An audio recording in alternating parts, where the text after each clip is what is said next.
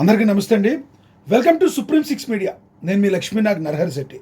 Supreme six మీడియాని like చేయండి, share చేయండి.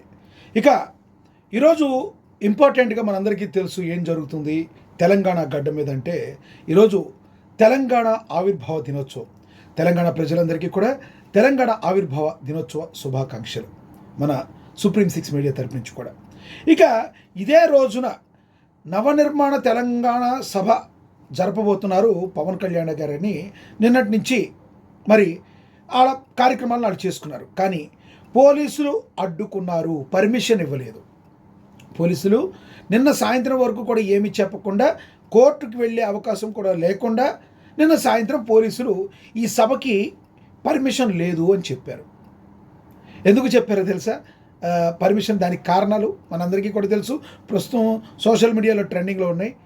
ఏదైతే ఆయన గచ్చిబౌలి దగ్గర సభ నిర్వహిస్తున్నారో దాని పక్కన పార్కింగ్ ప్లేస్, ఆ పార్కింగ్ స్థలం అంట సరిగ్గా లేదంట. దానివలన లీగల్గా సరిగ్గా లేదంట, దానివలన ఇవ్వలేదంట. 1.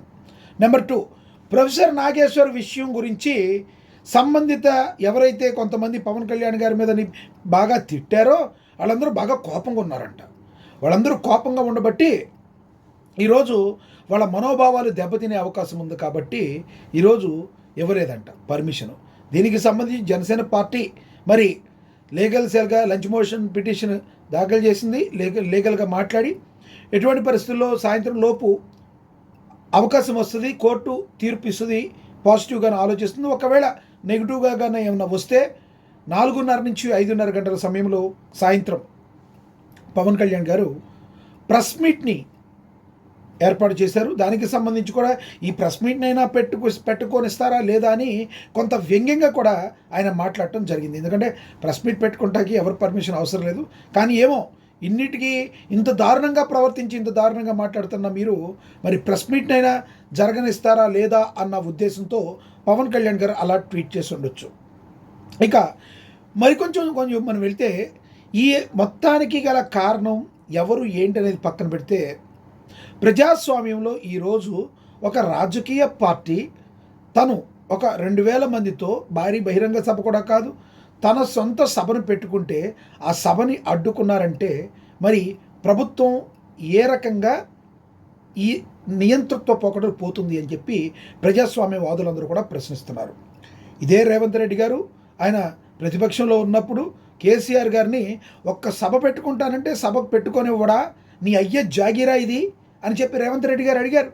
గౌరవ ముఖ్యమంత్రి గారు మీ దృష్టి దాకా ఇది వచ్చిందో లేదో, ఎందుకంటే పాపం మీరు బిజీగా ఉంటారు తెలంగాణ ఆవిర్భావ దినోత్సవం సందర్భంగా. కానీ మరి జనసేన అధినేత పవన్ కళ్యాణ్ గారి సభ పెట్టుకుంటానంటే మరి అడ్డుకుంటాం ఏంటండి పోలీసులు? ఇక ఎప్పుడైతే పవన్ కళ్యాణ్ గారు సభ పెడతా అన్నారో నిన్నటి నుంచి కొంతమంది మీ ఎమ్మెల్యేలు కావచ్చు, కొంతమంది మంత్రులు కూడా, ఆఖరికి పొన్నం ప్రభాకర్ లాంటి గౌరవ మంత్రి హోదాలో ఉన్నవారు కూడా పవన్ కళ్యాణ్ గారిని వెధవా అన్నారు. పవన్ కళ్యాణ్ గారిని వెధవా అంటానికి మీరు మంత్రివర్గంలో ఉన్నారు. మీరు ఒక మంత్రి అయ్యుండి పక్క రాష్ట్రంలో ఉన్న మంత్రి హోదాలో ఉన్న ఉప ముఖ్యమంత్రిని ప్లస్ కొన్ని మంత్రి కేటగిరీలు కొన్ని ఉన్నాయి కాబట్టి ఆయన మంత్రిని పట్టుకుని వెధవా అని తిడతారా? ఇదేనా తెలంగాణ సమాజం మీకు నేర్పింది? ఇదేనా తెలంగాణ భాష మీకు నేర్పింది? ఇదేనా తెలంగాణ యాస మీకు నేర్పింది? పవన్ కళ్యాణ్ గారు మిమ్మల్ని తిట్టారా? పవన్ కళ్యాణ్ గారు మిమ్మల్ని ఏమైనా అన్నారా? ఎందుకు పవన్ కళ్యాణ్ గారిని అన్నారు అని చెప్పి జన సైనికులందరూ కూడా అడుగుతున్నారు. దీని దగ్గర సమాధానం ఏమైనా ఉందా గౌరవ పొన్నం ప్రభాకర్ గారికి, మంత్రివర్యులు? ఇక పిసిసి చీఫ్ మహేష్ కుమార్ గౌడ్ గారు ఇందాక ఒక మీడియాతో మాట్లాడుతూ, ఏదైనా రాజకీయం ఉంటే ఆయన అక్కడ చేసుకోవాలి, తెలంగాణలో రాజకీయం చేస్తానంటేనంట తెలంగాణ ప్రజలు ఒప్పుకోరంట. మీ రాహుల్ గాంధీ గారు తెలంగాణలో పుట్టిరు, మీ కాంగ్రెస్ పార్టీ తెలంగాణలో పుట్టిన పార్టీ, మీరు ఇక్కడ మరి రాజకీయాలు చేయొచ్చు. తెలుగువాడైనా అందరికీ సుపరిచితుడైన పవన్ కళ్యాణ్ గారు అజాతశత్రువు అయినా ఆయన రాజకీయాలు చేయొద్దంట. ఎవరు రాజకీయాలు ఎక్కడ చేయొద్దో చెప్పేది మీరెందుకు అవుతారు సార్? గౌరవ టిపిసి చీఫ్ మహేష్ కుమార్ గౌడ్ గారు, మీ కాంగ్రెస్ పార్టీ ఎక్కడ పుట్టింది? తెలంగాణలో పురుడు పోసుకుందా? బొడ్డు కోసి పేరేమన్నా పెట్టారా మీ తెలంగాణలో?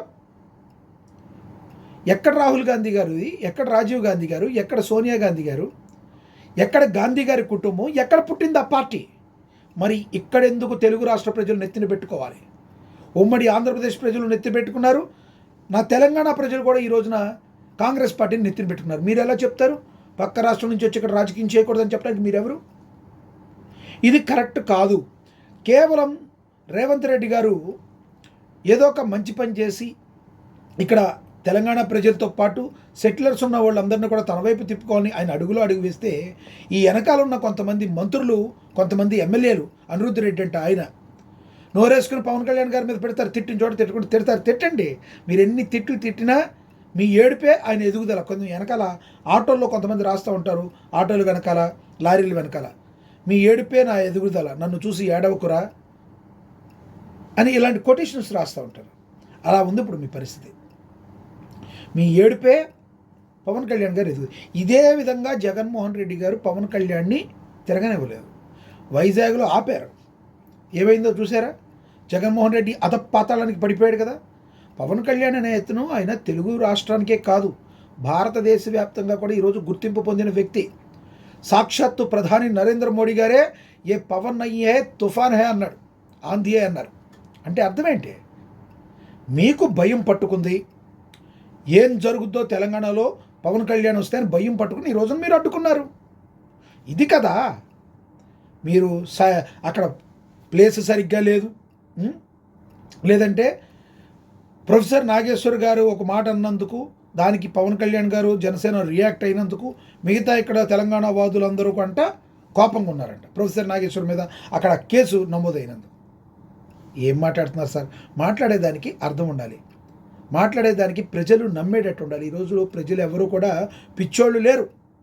తెలంగాణ ప్రజలు, ఆంధ్ర ప్రజలు అందరూ కూడా చాలా స్మార్ట్ ఉన్నారు. మీరు ఏం చేస్తున్నారో, ఎందుకు కోసం చేస్తున్నారో, ఎవరి కోసం చేస్తున్నారో అన్నీ తెలుసు. ప్రజాస్వామ్యబద్ధంగా ఒక రాజకీయ పార్టీ తన వాయిస్ని వినిపించడానికి, తన తెలంగాణ ప్రజల కోసం తన ఒక కార్యక్రమాన్ని తలపెట్టినప్పుడు తెలంగాణ ఫార్మేషన్ డే రోజున మీరు ఏ రకంగా అడ్డుకుంటారు? ఇది రాజ్యాంగ విరుద్ధం కాదా? ఇది మీరు కావాలని వాంటెడ్లీ చేసినట్టు కాదా? ఎందుకంటే మీరు ఏయో కొన్ని సాకులు చూపుతున్నారు, ప్రజలు దాన్ని యాక్సెప్ట్ చేయరు సార్. గౌరవ ముఖ్యమంత్రి రేవంత్ రెడ్డి గారు కావచ్చు, ఇక గౌరవ టీపీసీ చీఫ్ మహేష్ కుమార్ గౌడ్ గారు కావచ్చు, దీని మీద మరి మీరు ఇలాంటి ధోరణే కన్నా ముందు రోజులో వెళితే మాత్రం ఇది కాంగ్రెస్ పార్టీకి పెద్ద దెబ్బ. ఎందుకంటే జనసేన పార్టీ పురుడు పోసుకుందే తెలంగాణ గడ్డ మీద, తెలంగాణ గడ్డ మీదే పురుడు పోసుకుంది జనసేన పార్టీ.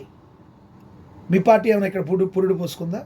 పోనీ ఎక్కడ పురుడు పోసుకున్నా ఎవరైనా, మీరు మాత్రం జాతీయ పార్టీ, వేరే పార్టీలు జాతీయ పార్టీకి ఇదే మీ అహంకార ధోరణి బీజేపీ పార్టీని పుట్టుకొచ్చి ఈ రోజున 15 ఏళ్ల పాటు మీరెవరో ఏమీ తెలవకుండా చేసింది. ఆ రోజు అటల్ బిహారీ వాజ్పేయి గారిని ఏ రకంగా మీరందరూ కూడా హింసించారో ఆయన ఆ రోజే చెప్పాడు. ఈ రోజున అదే జరుగుతుంది. ఇప్పటికైనా మీ ఆలోచన ధోరణిలో మార్పు రాకుండా ప్రజాస్వామ్యానికి తూట్లు పొడిస్తే మాత్రం ఇది 100% రానున్న రోజుల్లో కాంగ్రెస్ పార్టీ ఏ రకంగా ఆంధ్రప్రదేశ్లో అధపాతాళానికి వెళ్ళిపోయిందో తెలంగాణలో కూడా అదే పరిస్థితికి వెళ్ళిపోవడానికి 100% సిద్ధంగా ఉంది. ఇలాంటి పనులు చేయకూడదు.